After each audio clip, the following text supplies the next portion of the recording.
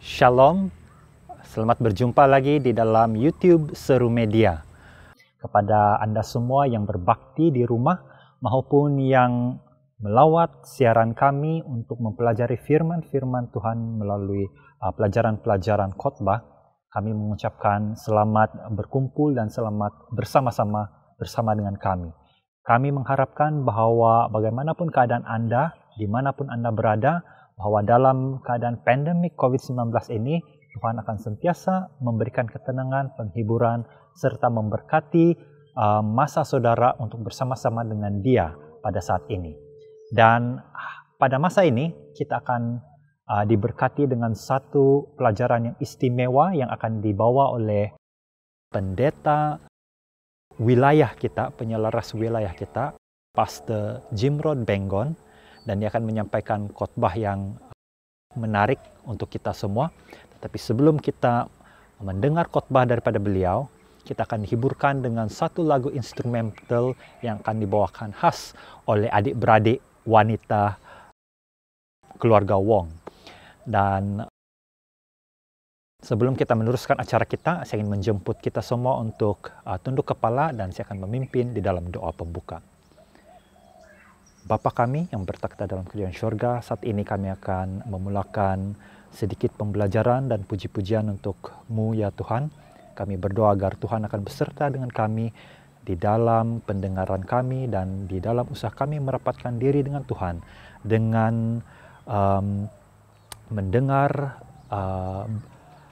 perkabaran-perkabaran yang baik dan nasihat dan serta teguran yang membina untuk kami melalui YouTube Seru Media. Kami berharap agar semua yang mendengar, sama ada di rumah maupun di mana saja mereka berada, akan diberkati dengan pelajaran yang akan disampaikan oleh pendeta Jimrod nanti. Dan kami berharap agar berkat Tuhan yang kami dapat hasil daripada pelajaran itu akan memberikan kami kekayaan rohani serta kebahagiaan yang kami harapkan, yaitu kedatangan Tuhan yang kedua kali. Terima kasih karena telah mendengar dan menjawab doa ini. Ampunilah segala kesilapan dan dosa-dosa kami agar kami sedia dan layak untuk menerima santapan rohani daripada-Mu ya Tuhan. Dalam nama Yesus kami berdoa. Amin.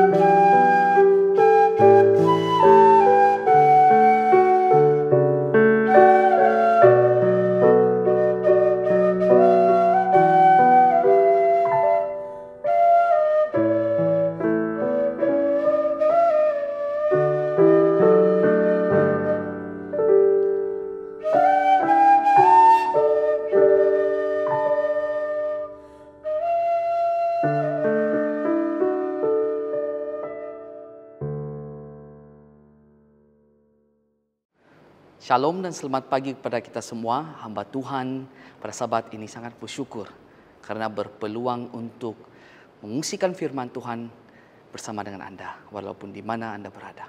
Mari kita tunduk kepala dan saya pimpin dalam doa. Oh Tuhan, Bapa yang bertakhta di kerajaan sorga, terima kasih atas Sabat yang indah, supaya kami boleh berehat. Kami boleh bersama dengan Anda mendengar firman-Mu. Kami doakan Roh Kudus bekerja di saat ini, agar Bapa kami disucikan. Dalam nama Yesus kami minta, amin. Beberapa tahun yang lalu terjadi satu kemalangan. Kemalangan yang sangat tragis karena anak muda berjenaka membuat prank di kawasan jalan raya di Florida. 3 remaja mencabut papan tanda berhenti di persimpangan yang sibuk. Akibatnya beberapa kereta berlanggar bertembung secara berdepan dan 3 orang kehilangan nyawa dan beberapa cedera parah dalam kemalangan tersebut. Akhirnya 3 anak muda yang membuat prank itu dihadapi dengan hukuman sangat berat terhadap mereka. Keseronokan sementara mengakibatkan orang lain cedera, bahkan kehilangan nyawa. Bukankah itu suatu perkara yang menyeramkan? Papan tanda jalan raya berfungsi untuk memberi panduan, amaran, larangan, dan makluman kepada pengguna jalan raya. Ia biasanya diletakkan di tempat, di kawasan yang mudah dilihat dengan menggunakan simbol-simbol yang mudah difahami, ringkas, jelas, dan seragam. Bertujuan untuk memudahkan pengguna jalan raya untuk sampai ke destinasi yang dituju dengan selamat. Namun papan tanda berhenti merupakan sejenis papan tanda lalu lintas untuk mengingatkan pemandu bahwa mereka mesti berhenti sebelum meneruskan perjalanan. Mengingkari amaran tanda berhenti sememangnya akan mengundang kecelakaan. Oleh itu, papan tanda berhenti semestinya satu tanda jalan yang harus kita patuhi apabila kita menggunakan jalan bersama dengan pengguna jalan raya yang lain, supaya kecelakaan dapat dielak. Dalam rohani kita pula, Tuhan telah meletakkan banyak tanda-tanda dalam perjalanan kerohanian kita. Solomon pernah berkata di Amsal 22 ayat 28, jangan engkau memindahkan batas tanah yang lama yang ditetapkan oleh nenek moyangmu. Dalam bahasa Inggris pula, remove not the ancient landmark which thy fathers have set. Jadi batas tanda yang lama itu dalam bahasa Inggris adalah ancient landmark. Peringatan Solomon di ayat ini sememangnya membawa makna yang besar bagi penganut Kristen. Meskipun zaman ini banyak orang selalu berpendapat bahwa banyak pengajaran dalam Alkitab ataupun amaran Tuhan itu sudah tidak relevan bagi zaman ini. Seperti cerita kejadian kemalangan yang saya ceritakan tadi. Anak muda ini memindahkan papan tanda, mencabut papan tanda. Perbuatan ini mengakibatkan, kalau sekira dalam kerohanian, kalau kita mencabut papan tanda Tuhan itu, nah ini pastinya akan mengundang kecelakaan dan kebinasaan. Saudara-saudari, mari kita lihat topik ini dengan lebih teliti. Tuhan yang kita sembah adalah Sang Pencipta yang sangat inginkan penciptaannya berkekalan. Oleh itu segala ciptaannya Dia rencanakan adalah bukan sahaja suci, tetapi berkekalan. Ini termasuk juga malaikat, manusia, alam semesta. Karena dosa adalah pencemaran untuk atas ciptaan Tuhan yang sempurna ini. Roma katakan pasal 6 ayat 23 berkata, sebab upah dosa ialah maut. Atau dengan kata lain, kematian itu adalah akibat dosa. Setiap kali Tuhan mengatakan jangan, Dia bermaksudkan bahwa jangan menyakiti diri sendiri atau orang lain. Dia telah merupakan tanda berhenti tertentu di sepanjang jalan kerohanian kita, dengan bertujuan menyelamatkan kita dari kebinasaan ataupun bencana rohani. Adam diciptakan untuk kemuliaan Tuhan. Dia adalah anak Tuhan mengikut Lukas pasal 3:38. Dia, anak Tuhan ini, seharusnya mendengar firman Tuhan. Tuhan berkata kepadanya di Kejadian pasal 2 ayat 16 dan 17. Semua pohon dalam taman ini boleh kau makan buahnya dengan bebas. Tetapi pohon pengetahuan tentang yang baik dan yang jahat itu jangan kau makan buahnya. Sebab pada hari engkau memakannya, mestilah engkau mati. Kita lihat Kejadian 3 ayat 6. Mencatatkan bahwa perempuan itu melihat bahwa buah pohon itu baik untuk apa? Dimakan dan sedap kelihatannya. Lagipun pohon itu menarik hati. Karena memberi pengertian, lalu ia mengambil dari buahnya itu dan dimakannya dan diberikannya kepada suaminya yang bersama-sama dengan dia. Dan suaminya pun memakannya. Saudara-saudari, manusia jatuh ke dalam dosa karena tidak mengikuti tanda jangan. Inilah permulaan kematian, kebinasaan dan kecelakaan di sejarah manusia. Ingat, apa sahaja yang menarik hati kita itu tidak bermaksud ia adalah baik. Apakah hari ini kita melakukan setiap keputusan mengikut perasaan kita atau selaraskan pilihan kita dengan firman Tuhan? Keluaran 20 ayat 3 hingga 17 ada tercatat. Tuhan berkata, jangan ada padamu Allah lain di hadapanku. Hukum yang kedua, jangan membuat bagimu patung yang menyerupai apapun. Hukum yang ketiga, jangan menyebut nama Tuhan Allahmu dengan sembarangan. Hukum yang keempat, pastinya semua kita tahu, ingatlah dan kuduslah hari Sabat. Saya ringkaskan saja. Hukum yang kelima, hormati ayahmu dan ibumu. Hukum yang kelima tadi. Hukum yang keenam, jangan membunuh, jangan berzina, jangan mencuri. Hukum yang kesembilan, jangan mengucapkan saksi dusta, jangan menipu maksudnya. Hukum yang ke-10 yang terakhir, jangan mengingini. Perkataan jangan dalam 10 hukum ini adalah papan tanda berhenti. Mengingati kita bahwa jika kita melanggarnya, pastinya kematian, kecelakaan dan kebinasaan menunggu kita di penghujung jalan. Bolehkah kita mencabut papan tanda berhenti itu mengikut perasaan kita? Apakah kita mengikutinya atau mengingkarinya, mengingkar perintah Allah? Matius 19 ada menceritakan seorang anak muda yang berjumpa dengan Yesus. Dia mendahagakan untuk mendapat kehidupan yang kekal, kehidupan yang Tuhan rencanakan pada mulanya. Nah, apa yang dia lakukan? Dia datang kepada Yesus. Dia maukan kehidupan yang berkekalan, tidak ada kematian. Dia berkata kepada Yesus, "Guru, perbuatan baik apakah yang harus kuperbuat untuk memperoleh hidup yang kekal?" Kita boleh lihat di ayat yang ke-16. Jawab Yesus, "Tetapi jikalau engkau ingin masuk ke dalam kehidupan, turutilah segala perintah Allah." Ayat 18. Kata orang itu kepadanya, "Perintah yang mana?" Kata Yesus, "Jangan membunuh, jangan berzina, jangan mencuri, jangan mengucap saksi dusta, hormati ayah dan ibumu, dan kasihilah sesama manusia seperti dirimu sendiri." Semua apa yang terdapat di hukum. Kata orang muda itu kepadanya, "Semuanya itu telah kuturuti. Apa lagi yang masih kurang?" Anak muda ini merasakan perkara menuruti hukum Tuhan adalah perkara yang senang. Ayat 20 dalam bahasa Inggris sebenarnya berbunyi begini. "All these things I have kept from my youth. What do I still lack?" Itu bermaksud sudah dia turuti semua hukum ini dari dia kecil.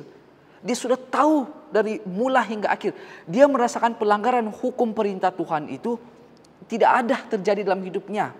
Ingat saudara-saudari, kadangkala kita merasakan kita sedang melakukan perintah Tuhan, tapi hakikatnya adalah bertentang dengan anggapan kita. Kita tidak hidup benar di hadapan Tuhan. Yesus juga ada menjelaskan mengenai dengan hukum, mengenai dengan menuruti hukum Tuhan di Matius 5. Tuhan katakan, jangan membunuh. Kita tidak memaafkan saudara-saudari yang melukai kita. Kita marah dengan membawa perasaan benci, lalu mencaci, mengutuk, menyumpah mereka. Perasaan marah itu disertakan kebencian dengan kata-kata yang kesat dikeluar dari mulut. Dan tidak ada kasih apabila kita mendendami sahabat kita. Tidak ada kedamaian di antara hubungan yang rusak itu. Saudara-saudari, Yesus simpulkan situasi ini. Kita sudah melakukan pembunuhan terhadap saudara-saudari kita. Jangan sama sekali masalah ataupun jangan sekali biarkan marah kita itu sehingga kita membenci seseorang. Tuhan katakan, jangan berzina juga. Kita melakukan kekejian ataupun maksiat dengan melihat video-video berunsur lucu khususnya di Facebook.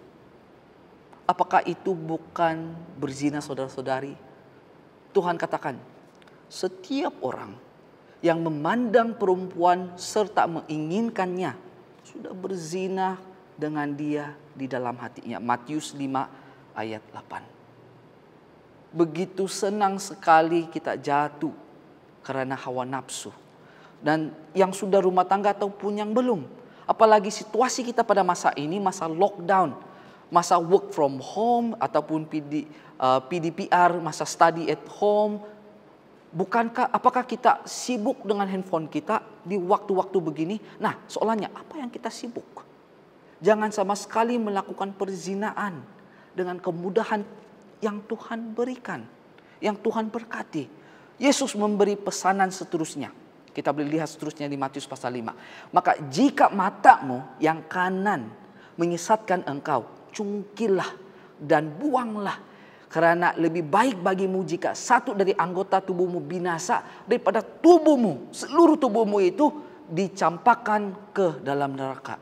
Oh, apakah yang membawa kita ke jalan binasa ini? Sekiranya ia adalah kemarahan kita, ego kita, dengki, handphone, YouTube, TikTok, Insta. Hapuskan semua itu. Delete itu. Unfollow aplikasi ataupun unfollow YouTuber yang membuat kita jatuh. Yang membawa kita menuju ke jalan binasa. Ampunilah saudara-saudari yang melukai kita. Seperti Bapa yang di sorga mengampuni kita semua. Dengan kekuatan yang kita boleh peroleh dari Yesus Kristus. Tidak ada yang mustahil bagi kita. Bagi kita menjadi orang yang baru. Yang memperoleh kemenangan dalam dosa-dosa kita. Apabila Tuhan katakan jangan. Maksudnya adalah jangan. Secara permukaan mungkin kita kelihatan baik-baik aja. Kita turuti, kita kelihatan menurut ajaran Tuhan. Tetapi kita ini lalai. Kita lemah. Kita kaya dengan dosa-dosa. Kelemahan-kelemahan kita. Yang sepatutnya kita sedarkan, kita memerlunya Sang Penebus, Sang Penyelamat. Mempercayai Yesus adalah mempercayai kemenangan yang boleh kita peroleh darinya. Amin, saudara-saudari. Kembali kepada cerita orang muda ini, kita akan lihat respon dia. Bagaimana respon dia? Respon dia terhadap panggilan Yesus untuk menjual semua yang dia miliki itu membuktikan bahwa dia tidak jujur dengan pengakuan dia. Yesus tahu dia mengasihi hartanya. Yesus tahu dia tidak mendengar apabila Tuhan mengatakan jangan. His claim that he had kept the law of God was a deception.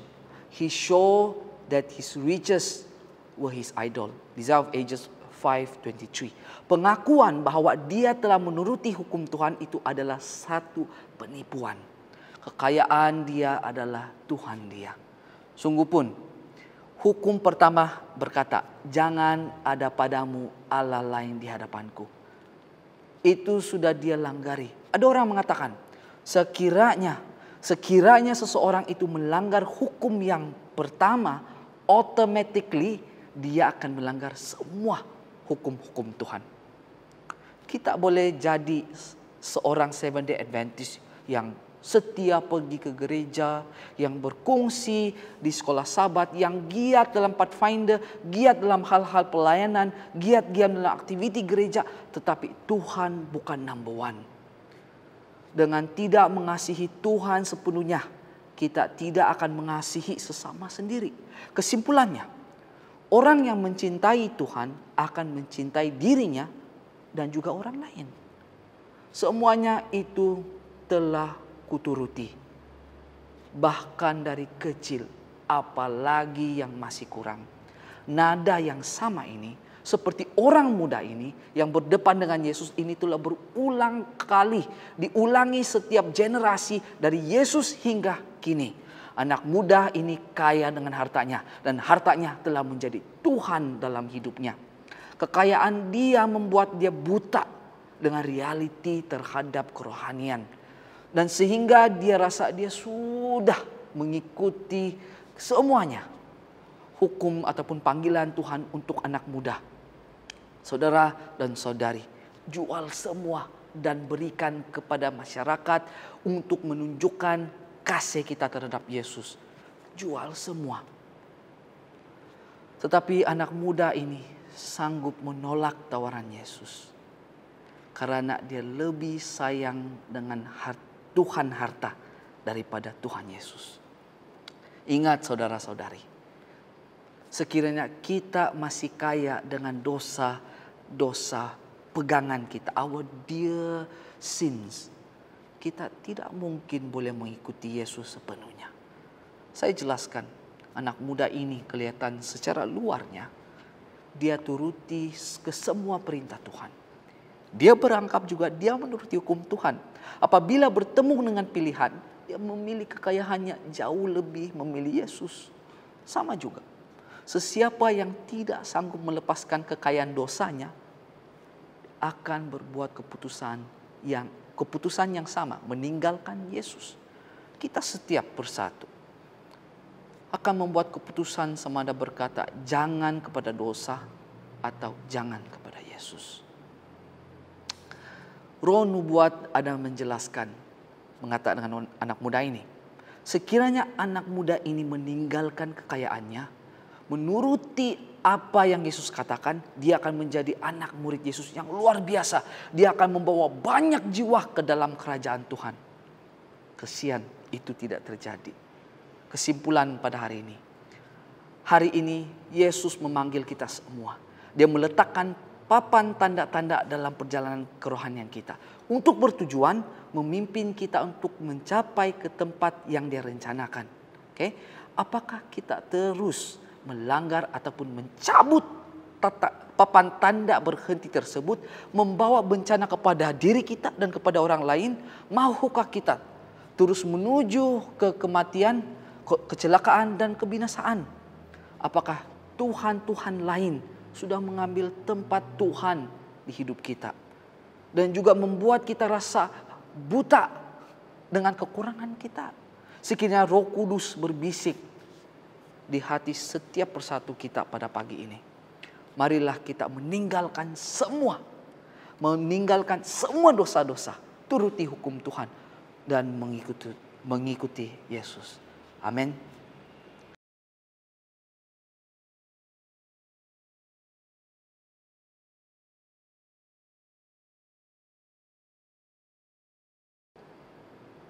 Mari saya pimpin kita semua dalam doa. Oh Tuhan Bapa yang bersemayam dalam kerajaan surga, kami bersyukur karena firman-Mu menyadari kami bahwa Tuhan, kami memerlukan Yesus Kristus lebihi semua yang ada di dunia ini. Semua yang mungkin menyeronokkan sementara waktu, tetapi akhirnya membawa kebinasaan, kecelakaan dalam kerohanian dalam hidup kami. Oh Tuhan, Berilah kami kekuatan supaya kami boleh memilih-Mu. Kami boleh memilih-Mu lebihi daripada segalanya. Karena firman-Mu dan mengatakan, seek ye first the kingdom of God. Oh Tuhan, bantulah kami agar kami ada kekuatan untuk membuat keputusan yang penting dalam hidup-hidup kami.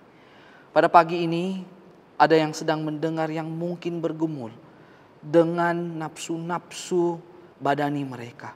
Ada yang mungkin kalah karena mereka jatuh dalam godaan-godaan seksual. Mungkin ada yang ada dendam dalam hati mereka yang membenci seseorang, yang marahkan seseorang. Oh Tuhan, Engkau tidak mau kami ada hubungan yang tidak baik di dunia ini. Engkau mau ada kedamaian, Engkau mau kami mengasihi satu sama lain. Oh Tuhan, mungkin ada di antara kami yang juga lalai di banyak hal. Mungkin kami masih lagi ada dosa-dosa yang kami tidak pernah tinggalkan. Oh Tuhan, ampunilah kami. Berilah kami kekuatan karena kami percaya.